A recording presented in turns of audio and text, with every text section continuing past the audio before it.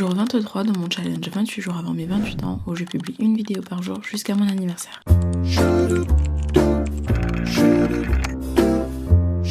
Et ce matin, c'est direction le château d'Osaka. Il nous reste seulement 7 jours avant de changer de destination et on a décidé de refaire tous les points importants d'Osaka. Venez avec moi, je vous emmène au château. Si vous ne voulez pas faire comme nous et faire le tour à pied, vous pouvez prendre ce genre de petit train trop mignon qui vous amènera juste en bas du château. Pendant que vous faites le tour du château, peu importe le côté que vous choisissez, vous pouvez admirer cette beauté. Regardez-moi la bête.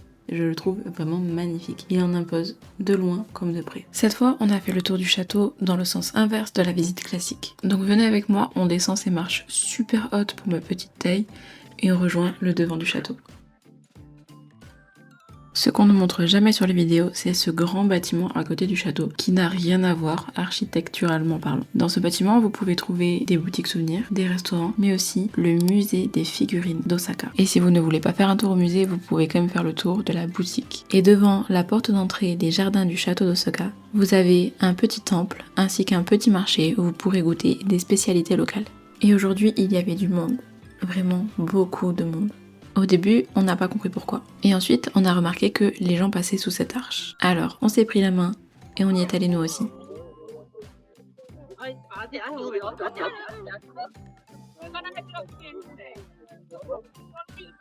Et bonne année.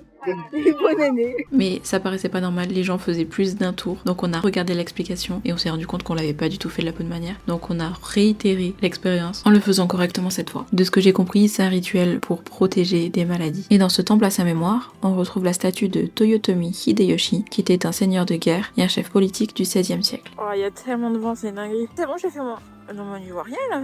J'ai fait mon Instagram, c'est bon. Je vais pouvoir retrouver Kylian qui m'attend sur un banc. Et après, on va sûrement aller faire les magasins parce qu'il fait extrêmement froid. Et du coup, voilà, c'était cool. J'ai fait une petite photo avec le château d'Osaka. J'étais un peu gênée quand même de faire une photo toute seule devant le château d'Osaka.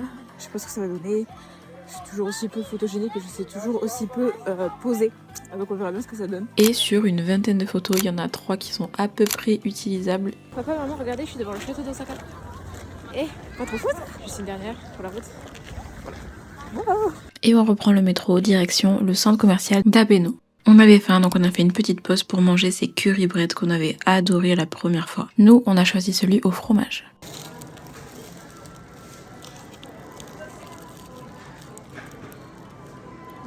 Je suis en train de m'étouffer avec un... Ouais. Tu l'as fini déjà? Ouais. J'ai tapé 2 crottes. Je suis en train de m'étouffer avec un filament de fromage.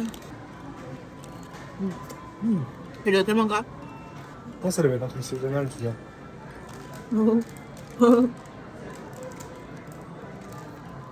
C'est trop mignon, je sais pas, tu dis saisonnel. Non, c'est pas ça. C'est saisonnier. Saisonnier. Ouais, Saisonnel, c'est anglais. Anglais, ouais. Là, voilà. Ça m'a je plus donné faim. Top. Il me manque juste mon petit dessert. Et en dessert, j'ai opté pour cette brioche au beurre et aux pépites de chocolat. C'était étrange au début, mais finalement très bon.